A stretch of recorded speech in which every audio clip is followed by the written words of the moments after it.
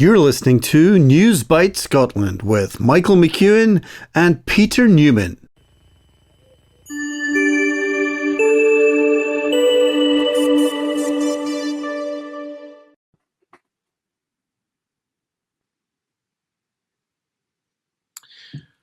Hello and welcome to your latest edition of News Bites Scotland, a monthly morsel of news and views with a Scottish flavour, produced with support from Independence Live and broadcast on Indie Radio Live.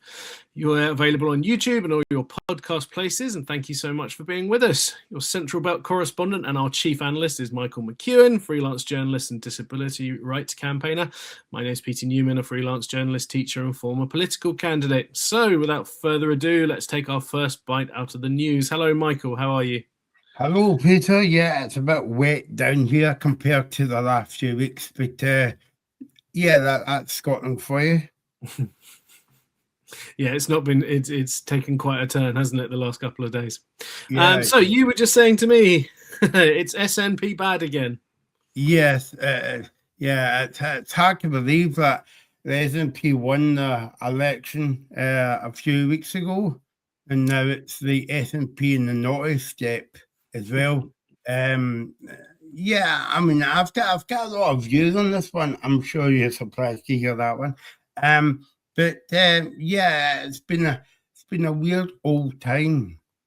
It has been a weird old time. Perhaps just in case anybody has been living under a rock, we should let people know what we are referring to. So basically, the key headline is that Peter Murrell, who was the SNP chief executive, pled guilty last week to embezzling party funds.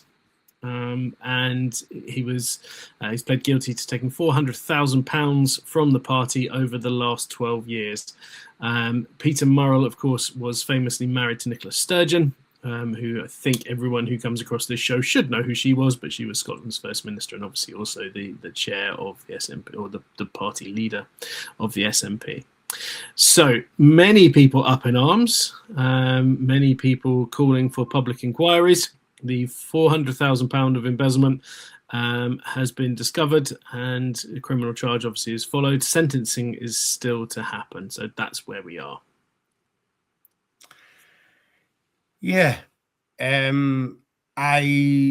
do think there's a lot of people jumping on the bandwagon. I do think there's a lot of politics involved, including Jack McConnell coming out this morning as we're recording Monday morning. Actually, he said that there should be two public inquiries, one at the Scottish Parliament and one at Westminster.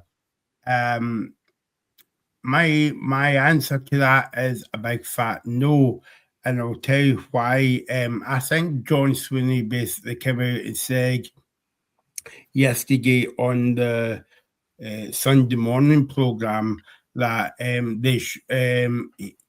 basically said that there should be no inquiries because basically the highest inquiry should be the police, and the police can handle that inquiry. In my opinion, 2 years? What a long time. As well. But I do think there's a lot of we hate the SNP anyway, so here we go. We're going to get a free reign at the SNP, and we hate Nicola Sturgeon and all that's the gig for. A lot of people forget that, Peter, that during COVID, she was the only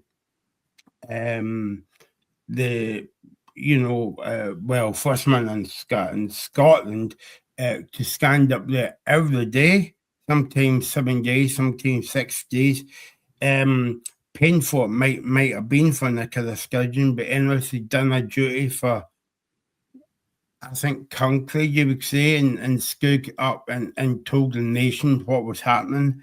And by the way, I mean, Nicola Sturgeon was told after, she revealed after when she'd done her daily briefings that she was kind of like upset as well with some of the rules that she had to tell me and you and everybody else watching this, or everybody else all over Scotland. So and I just feel as though it's a bit kind of I don't know. Maybe you share the same opinion as me. Maybe you share something different from me, Peter. But I think at the end of the day, when people get called for investigation or whatever, you've got to remember the people first and foremost.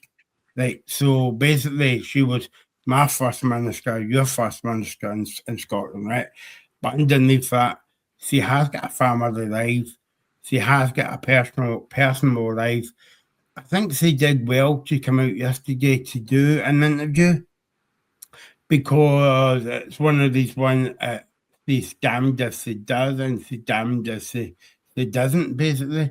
And I think she did well to come out to do a 25-minute interview on Laura Kuenssberg. And obviously John Sweeney last week done a press conference, an hour before the press conference get held. It was a last-minute press conference.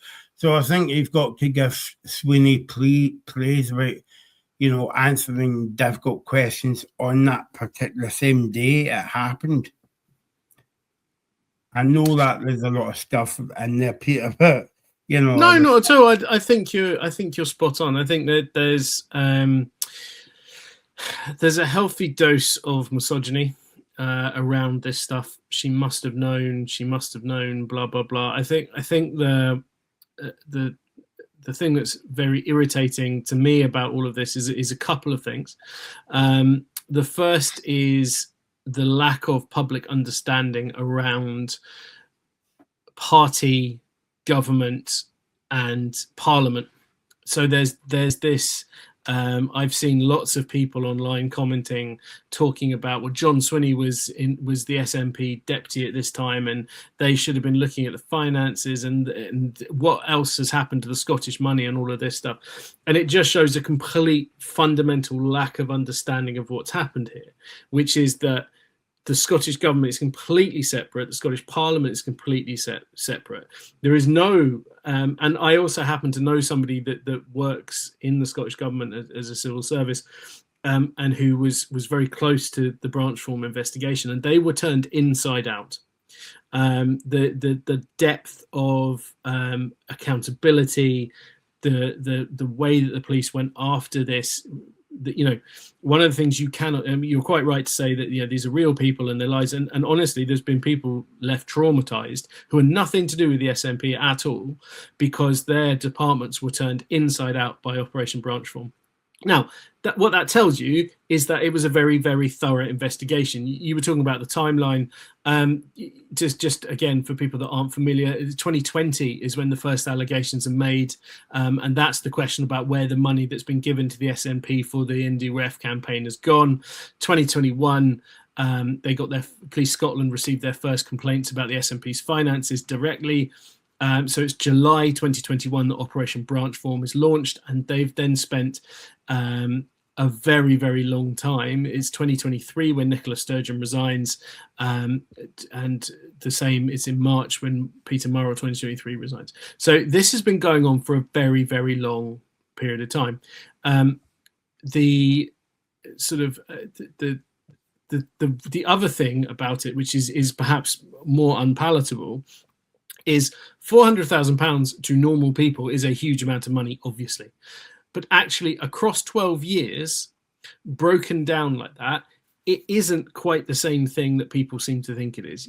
Sturgeon kept saying in that interview that you referenced yesterday with Kuenssberg, we were on high salaries, we had separate bank accounts. How would I know? There's nothing. Everyone's, it's a Jaguar FRS Pace and it's an electric car and it costs £80,000 and da da da da. But you only need to look around the streets that lots of people have got very expensive cars, and we have no idea how these people pay for them, and it's none of our business. And many couples have separate bank accounts. So some have joint accounts. One person in a marriage quite often looks after, or in a partnership, looks after the money side of it.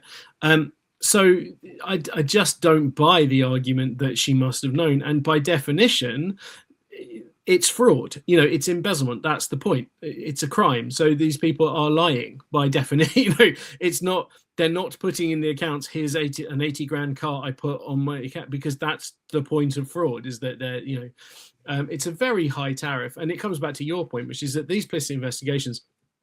Swinney's right. The bar that you have to clear in order to make a police prosecution is incredibly high. So, they arrested Sturgeon, they arrested Colin Beattie, the party's former chairman, they arrested Murrell, and only one of those people is facing charges because the police couldn't gather, enough evidence in order to make that charge. Now, that means that under the law they are innocent. End of story. If you can't make the charge stick, then there's nothing to answer. And I'd also like to address, just if I may, this. I'm sure you've heard lots of people very upset because she gave what's called a no comment interview. Now, all you need to do is speak to any lawyer, and Nicola Sturgeon, of course, is a lawyer. The police and I've done some work with the police. I've had these conversations, and you ask them, and they say, go no comment. Just on no account answer anything. Just you have a human right, which is protected internationally, to your right to silence. And silence does not incriminate you. So the juries are told, if somebody is refusing to answer, that is not a sign of guilt, right? So any good lawyer will tell you, go no comment and deal with it later, because make them prove their case. Now, Sturgeon maintains she's done absolutely nothing wrong. The Crown Prosecution Service don't think she's done anything wrong. Police Scotland don't think she's done anything wrong, because they released her without charge, because they charged her and then released her without any further follow-up. So she did what a lawyer would tell you to do, because she's a lawyer, and she had a very expensive lawyer. You mentioned that, the lawyer who's kind of issued kind of statements in her way. So the idea that all of these people, and particularly the journalists, there's been, you started off by talking about SNP bad. There's been some very disingenuous behavior from members of the press. Members of the press do journalism for law. It's very much part of the course. They know perfectly well that silence does not incriminate you. They know perfectly well that the police tell you not to. The police will, if you talk off the record, they'll tell you go no comment. So they're just at it, frankly. They know perfectly better than that. And I mean, can I just stick to that point for a minute, Peter? Because it wasn't until I had a certain phone on a certain radio station this morning. You might know what station I'm talking about. They spent an hour talking about this. And I didn't actually, it was always that everybody's speaking about Nicola Sturgeon, her husband, and all that. Well, ex-husband, let's call it that. And nobody's mentioning Michelle Moan. Now, or Dido Harding, or yeah. But what this person was talking about was, there was police tents outside the house for 2 days or a week or whatever. There was a lot of police vans as well.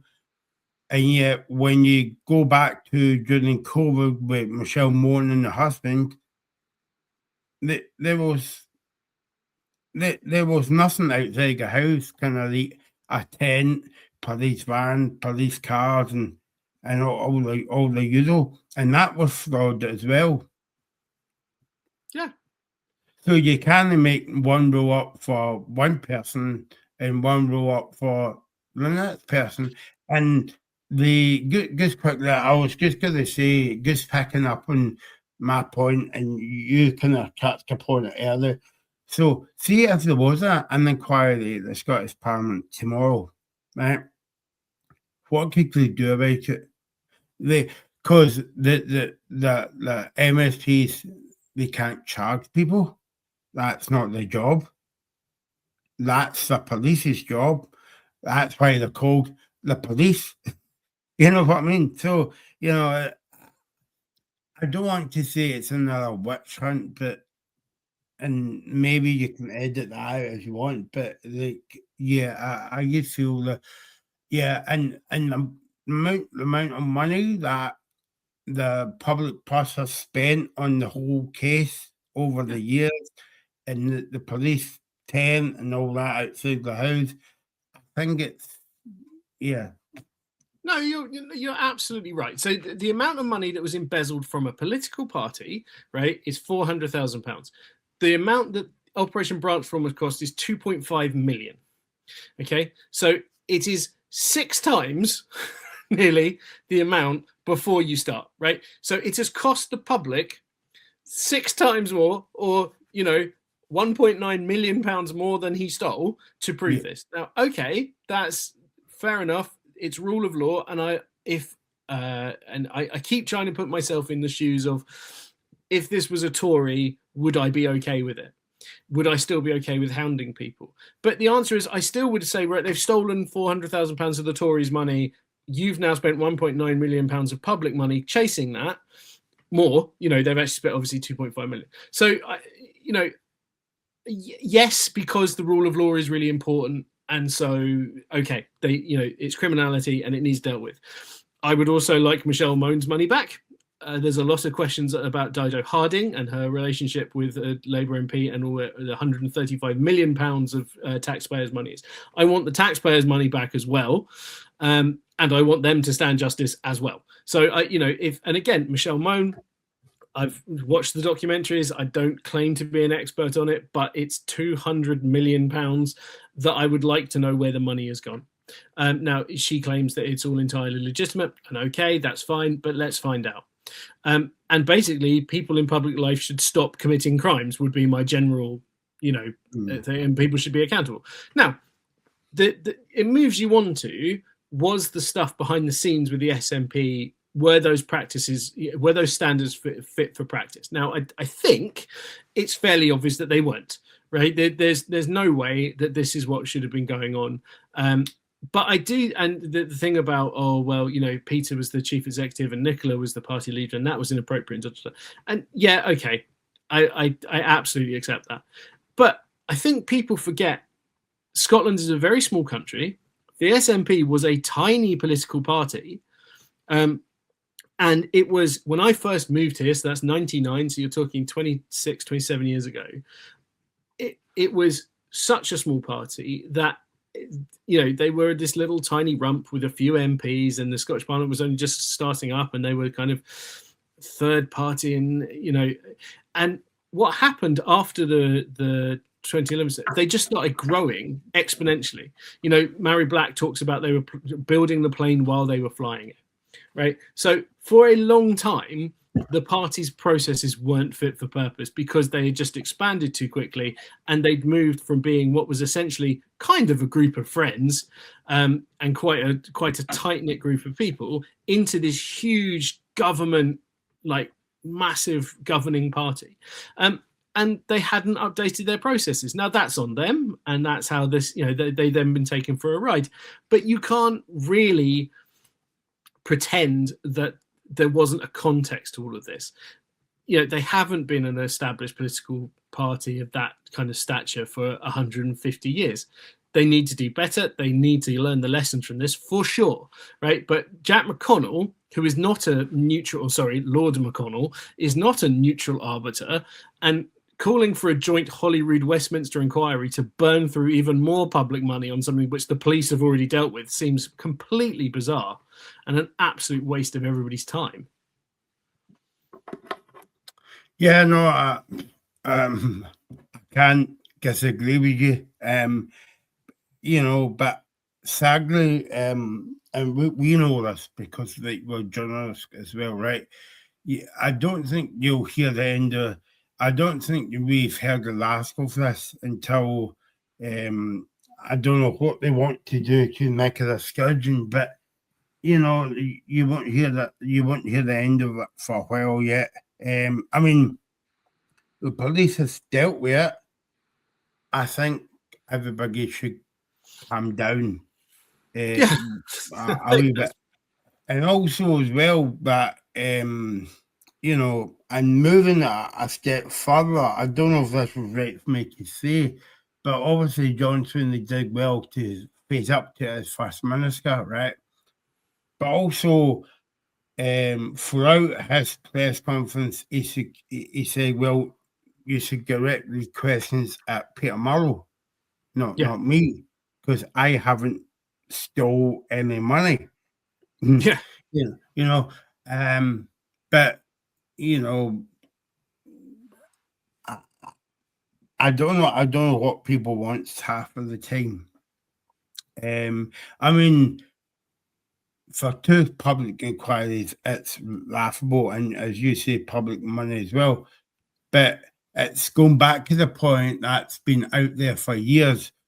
What's the point of Holyrood is to govern Scotland. And Westminster should look at their own agenda, because they've got many folks up here. Don't get me wrong, we've got many folks up here as well, right? But it's like the debate where they had about the transgender toilets, was it? Westminster intervened on that. Whereas, well, if they weren't happy at something in Wales that they weren't happy at, you wouldn't say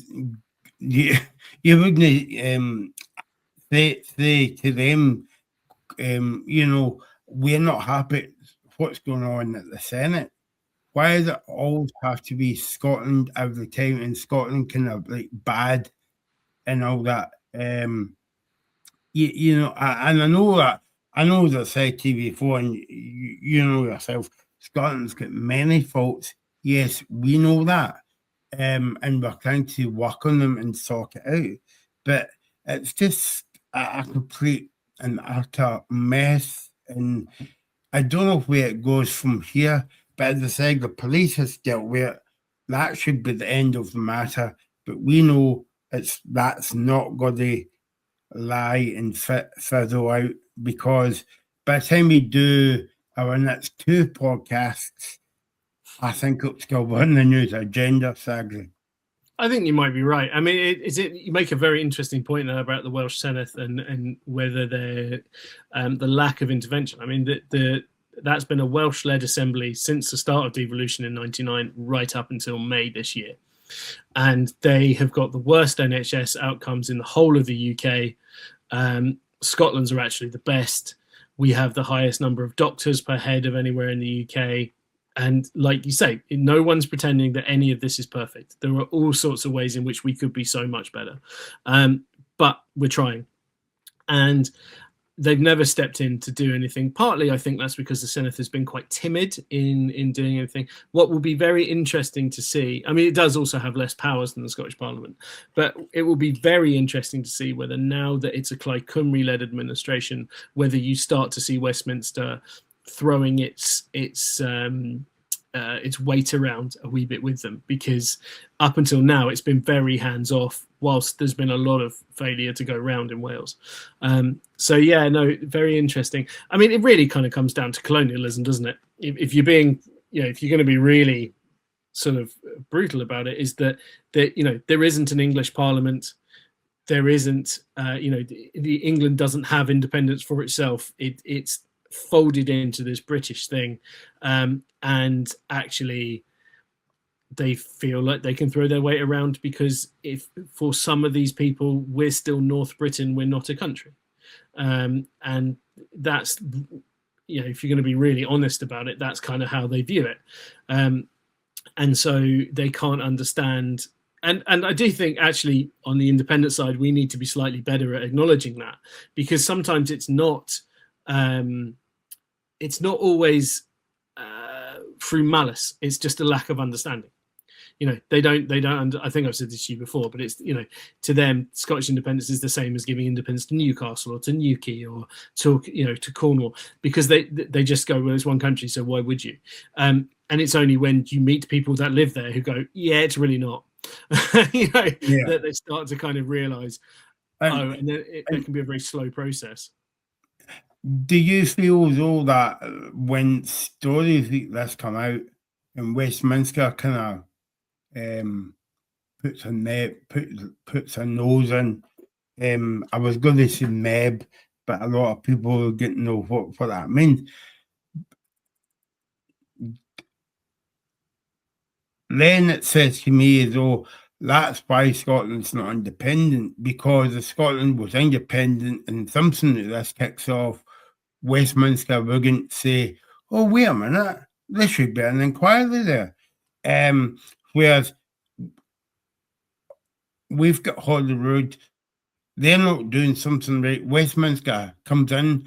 Sometimes it says to me as though it's a kind of like tick box exercise. It's like, yeah, okay, we'll give Wales, Northern Ireland, Scotland Parliament, you know, but we're still the big boys. Yeah, no, I mean that's exactly what it is. If you, again, so the whole point about devolution was that it was a sop to the regions, right? It was like, oh well, this will shut them up. And here, you know, have you we pretendy parliaments, have you we pretendy assemblies, but don't worry, Daddy will come calling. So that's why all of the important stuff is devolved, but none of the power. So you know, you get health, you get education, but you don't get any revenue raising powers. I mean, local authorities in Scotland have got more revenue raising powers than the Scottish government. We keep getting told that independence is unaffordable. The Scottish government runs a balanced budget every year because it has to, because otherwise Daddy docks its pocket money, right? So there isn't any, there's nothing you can do about it. So, and then they tell you, well, here are the GERS figures and you owe 26 billion quid. And you go, well, that's interesting because how much does England owe? And they'll only give you the deficit figures for Scotland and Northern Ireland and Wales, and they won't show you the England alone figures. So those numbers don't add up at all. It's based on a notional spend of defence and all the other stuff that's reserved at Westminster. So they've kept all of the stuff that gives them control. And so you're exactly right. And the way that you know that it's absurd is turn it the other way round, right? So look at Michelle Mone, right? There's £200 million of taxpayers' money. Okay. So Holyrood launches an investigation into Michelle Mone and says, we're going to run a joint inquiry. We're going to take McConnell's point, right? That's because he's saying that the public audit committees basically at Holyrood and at Westminster should work together to investigate this. Okay, so if Holyrood voted that through today, you know, we'll have a joint inquiry with the House of Commons on investigating Michelle Mone. What would the House of Commons say? They'd tell them to get knotted, you know. So that's how you know that they can suggest it one way but not the other. So you know that that's you're absolutely spot on. And I hate doing the kind of whataboutery, but let's be honest, at the moment, Jeffrey Donaldson, who is, you know, the Northern Irish, the former leader of Northern Ireland, is on trial for a host of I think it's 18 sexual offences and one count of rape. His wife, Lady Eleanor Donaldson, now that he's been raised to the House of Lords, is also on trial as like aiding and abetting. And again, how much coverage has that had in comparison to the internal theft of party thing? So it's very interesting watching all of these unionists get incredibly upset about money stolen off SNP members by an SNP member that's never entered the taxpayer, you know, bloodstream at all. And the level of media coverage is unbelievably out of proportion, and it's really annoying, to be honest. Yeah, it's a bit like somebody saying nothing to see here, move on. Yeah, exactly. But maybe you're right. Maybe move on is where we should get to, Michael. You're listening to News Bite Scotland with Michael McEwan and Peter Newman. Right. So, Michael, the next bit we are talking about something I think a little bit more entertaining, or let's hope it's a bit more cheerful, as Scotland head off to the World Cup this month. Yeah, I think we are the only two people who will be left in Scotland as Scotland prepares to get the World Cup campaign. They left for America yesterday and they play their final warm-up game next Saturday night in America. But this is Scotland's first World Cup campaign since 1998. I was still at school then, Peter. You might have been teaching me if you were in No, Scotland. no, getting that no, thing. no. I was still at school as well in 1998. Right, okay, I was yeah, only okay. 16. I remember it very well. I remember it very well. Yeah. So now I work out that Peter's maybe the same age as me. I'm not sure, but anyway, let's move on. So yeah, Scotland going to the World Cup since 1998. This is Scotland's 8th appearance at the World Cup as well. So yeah, it's going to be quite interesting. Let me run through the group for you. The group will be Group C. Haiti against Scotland. Scotland against Morocco. And the big one at the end is Scotland against a wee nation. Haha, I say Brazil in the last game. Yeah, and believe it or not, Peter, because this World Cup's so in America, it's the biggest World Cup ever with 48 teams in it. Yeah, they've really expanded it, haven't they? It's interesting that we've got a group game against Brazil, which of course is what happened the last time we were at the World Cup. Big John Collins' penalty. I remember it very well. The Scotland team played a friendly against Curacao, did they not, on Saturday? Yep. That was the last warm-up game before they went over to. So basically, as we were recording this on Monday, the team sorted a squad through from Glasgow Airport yesterday. Mm-hmm. And how did they go against Curacao though? How did they get on? Yeah, they actually won the game, and they actually played well on the game. So yeah, I mean it sets us up on a good way for the last World Cup game. What I'm Is it Bolivia or somebody? just looking at, yeah, it's Bolivia. Yep. Yeah. I should give that. I actually had this all organised before I started recording this. But yeah, it's Bolivia on Saturday night, Peter, at 9 o'clock. So I think that's 5 o'clock American time. Something like that. Am I right in so- thinking that for us, loads of the games in the World Cup are going to be quite late? Yep. So the first game against Haiti is at 2 o'clock in the morning. Ouch. And the last two games will be kicking off at 11 o'clock. So 11 o'clock fairly late, but fairly early, if that makes sense. So yeah, I will be up at 20 o'clock watching the games. But I was just saying to my partner the weekend, I think this is the first World Cup that I won't get to see all the games just because of the weird kickoff times. Yeah. But I don't mind if Scotland get to the World Cup and we win the World Cup overall. By the way, I'm only joking there.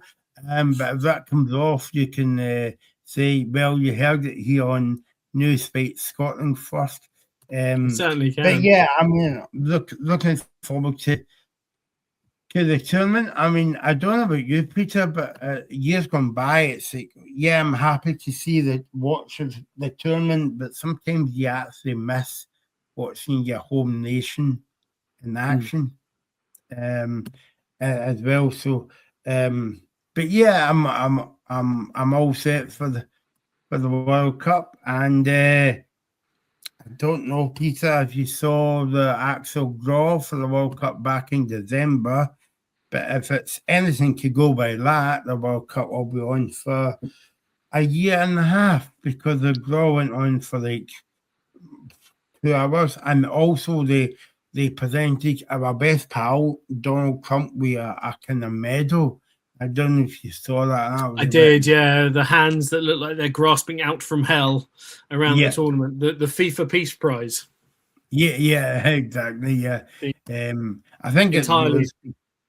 it was because they never won the actual Peace Prize, but we'll let that go for another episode. So yeah, so it's been a long time because obviously Scotland against Denmark qualified back in November. It seems like ages ago now we've qualified, but it's nearly here, Peter. It's on a week to go before it all kicks off. Yeah, it kicks off on June the 10th, doesn't it? So tell me. I understand Billy Gilmore got injured in that Curacao game, so that's ruled him out of the squad. How is the Scotland squad looking apart from that? Yeah, so basically, it's a bit of a shame because Billy Gilmore was an up and coming talent, and he rolled out of the World Cup. But we've got a familiar face in the squad in terms of Darren Fletcher's son, Tyler Fletcher. He is, and basically people saying, well, he's only in the squad because of his dad, obviously played for Man United in Scotland. Of course, Tyler Fletcher has only had 17 minutes for Man United this season. And a lot of people was up in arms because they feel as though, well, we've got talented players in there and you're just putting a boy in there because he's only played 17 minutes. And then you've got other people saying, well, he's on in the squad because his dad was a famous player for Scotland, again, a well-known Kent face, as they say, from Man United. So, but no, I'm all for having youngsters. I feel that an old person there. Youngsters, giving them a chance in the team, and hope he does well. First and foremost, minutes on the park. Yeah, that's an interesting selection. I wonder if do you feel people are upset about that? Not just because of the nepotism accusations, but also because they think there are other people that could have done a better job. That's my favorite word, Peter. Nepotism. I can get a day in my life, and I'm not going to talk about that now because we spoke about that millions of times before. But yeah, I mean, I think there's players that's kind of left out the squad that. And I don't want to say they would do a better job because that's a bit unfair in Tyler Fletcher. But there's been players kind of like sniffing about that hasn't kind of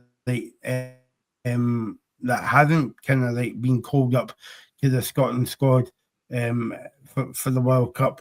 But we just have to see what happens in the first game round, but obviously Saturday will be the final test for people to get in Stevie Craggan squad to start the game against Haiti.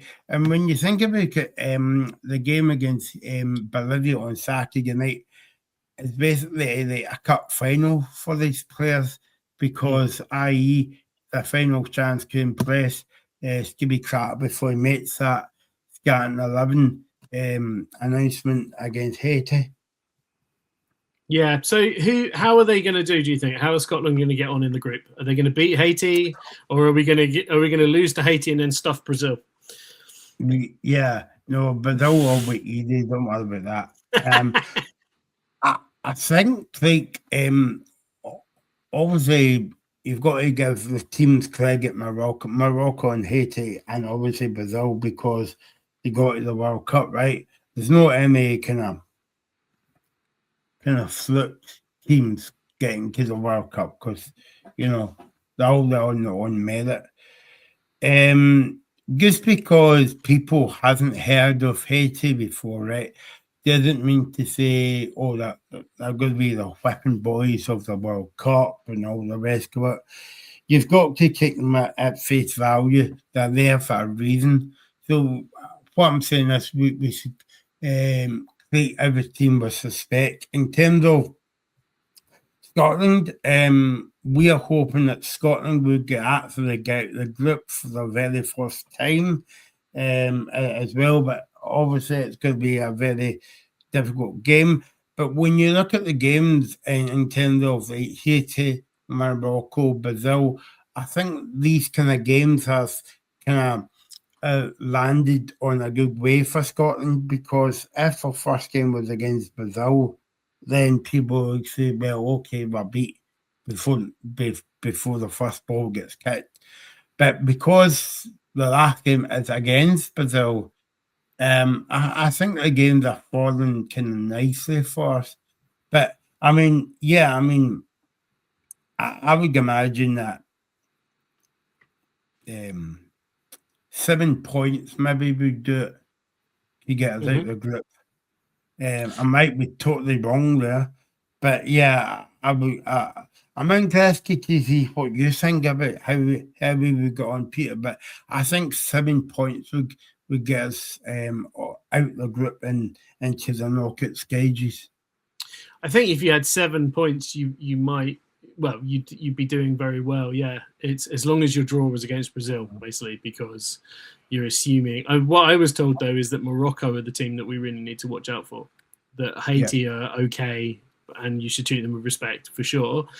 Brazil is going to be really well. That Morocco were really very, very good and quite underrated, whereas Brazil are not quite the force they were. Is what I was told. So I think if you beat Morocco, you're probably actually doing really well. I don't like I say, as you know, I used to know about football. My knowledge is very out of date, but that's certainly what someone was telling me. So yeah, I believe Morocco are the team who are really dangerous. Yeah. No, I mean, you as I say, you've got to take every side with face value. They're all there for a reason as well. Haiti's I don't know too much about Haiti, I must admit. But I think we'll have a good chance as well. And also over the years, Scotland's not been a high kind of like goal scoring team. We've always won the game, 1-0, 2-1, 3-2 or whatever. But we don't run over teams like 4-1, 5-1. But this could be the World Cup. It could happen. But no, I'm optimistic as we go on to the first game. By halftime against Haiti, I might tell you something completely different. I might be behind the couch or behind my bed somewhere. I don't know. But yeah, I'm looking forward to it. So yeah, good luck to the boys. I think as well, one kind of storyline I've took out from the World Cup, Peter, already, is we always talk about like between the football and the Commonwealth Games that's coming to Scotland, what will the legacy be? In terms of what will that country do different now because the big tournament's been in town, basically. I think for me, the legacy has been written before the World Cup in terms of how people's going to get there because it's so expensive. And so I think this World Cup will go down in history as the money-making World Cup. Yeah, I'm sure you're right. But I notice that as well as making us money, time is money, and we're running out of time, and I certainly am running out of money. So thank you so much for joining us this month on News Bites Scotland. Thank you for your analysis, Michael. Most appreciated. Yep. Remember, you can donate to Independence Live. They've got a crowdfunder. We'll put the link for that in the show notes. You can subscribe to us on YouTube, which you'll have seen spiraling across the bottom of the screen, and you can find us on any of your podcast catchers. And please like and subscribe the show as well. And you know what we say, Michael? Tell your friends. Tell your friends. So thank you for joining us. We're going to clamp our jaws shut. That has been your News Bite Scotland for this month. Thank you, Michael. Thank you, Peter. You take care, and we will see you next time.